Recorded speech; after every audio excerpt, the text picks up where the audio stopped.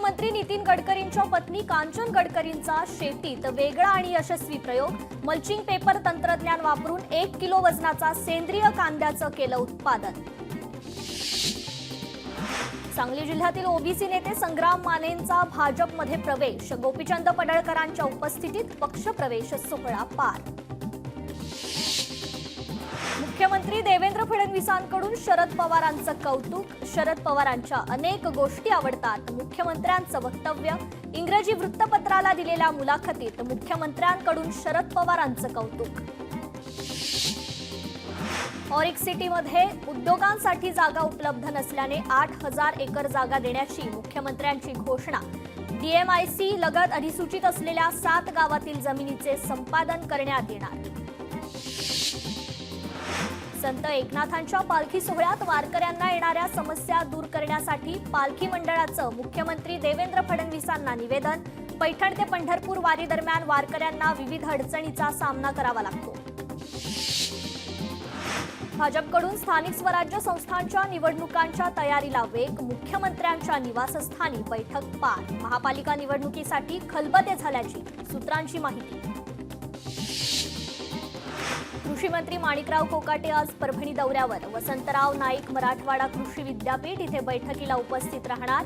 संशोधन आणि विकास समिती बैठकीस उपस्थित राहणार. उपमुख्यमंत्री अजित पवारांनी नीरा डावा कालवा दुरुस्तीची केली पाहणी. अधिकाऱ्यांना कामासंदर्भात दिल्या सूचना. 3 ते 5 जून पर्यंत मनसेच्या मॅरेथॉन बैठका. मनसे अध्यक्ष राज ठाकरेंच्या उपस्थितीत बैठका. पालिका निवडणुकीच्या पार्श्वभूमीवर बैठक महत्त्वाची.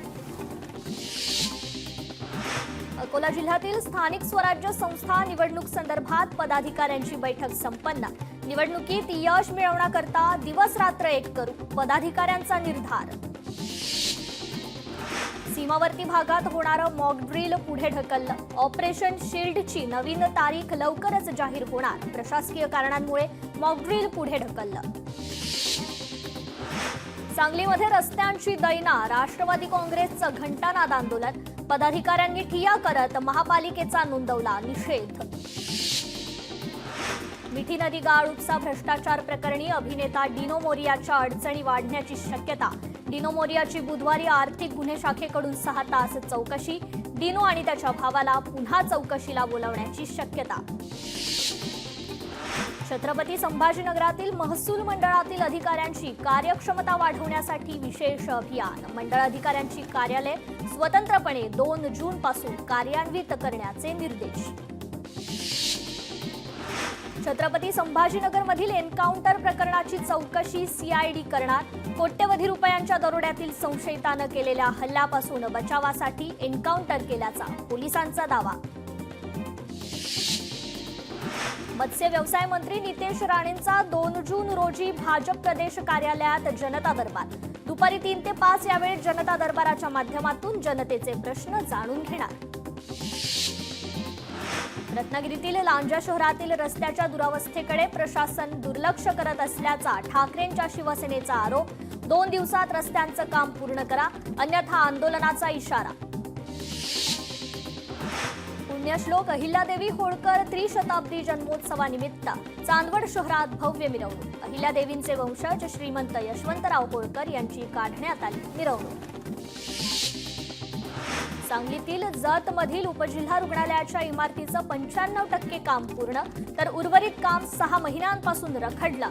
काम पूर्ण करून तातडीनं रुग्णालय सुरू करण्याच्या सूचना. अनधिकृत होर्डिंग विरोधात नाशिक महानगरपालिका प्रशासन आक्रमक. मनपाने ठरवून दिलेल्या 181 ठिकाणीच होर्डिंग लागणार. इतरत्र कुठेही होर्डिंग लागले तर थेट गुन्हा दाखल होणार. पालिकेचे निर्देश. मुंबईत खाऱ्या पाण्याचं गोड पाणी करण्यासाठी निक्षारीकरण प्रकल्प उभारला जाणार. प्रकल्पासाठी पालिकेकडून नव्यानं प्रक्रिया सुरू.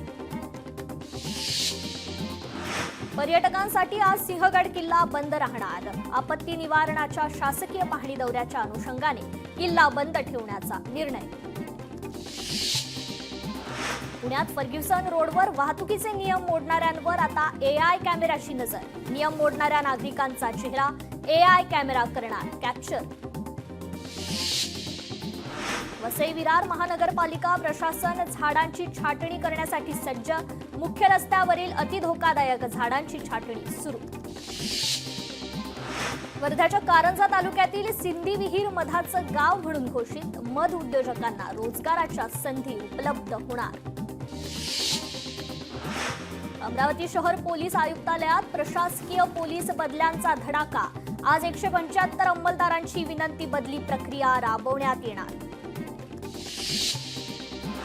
संपूर्ण आशियामध्ये कोविड रुग्णसंख्येत वाढ. देशात 1010हून अधिक सक्रिय कोरोनाबाधितांची नोंद. महाराष्ट्रात सध्या 383 सक्रिय कोरोना रुग्ण. 11वीच्या ऑनलाईन प्रवेश प्रक्रियेत 97,000 विद्यार्थ्यांची नोंद. पुणे विभागातून सर्वाधिक अर्ज भरण्यासाठी 3 जून पर्यंतची मुदत. शिक्षण उपसंचालकांची माहिती. लोकशाही मराठी ऐका, पहा, जागरूक रहा.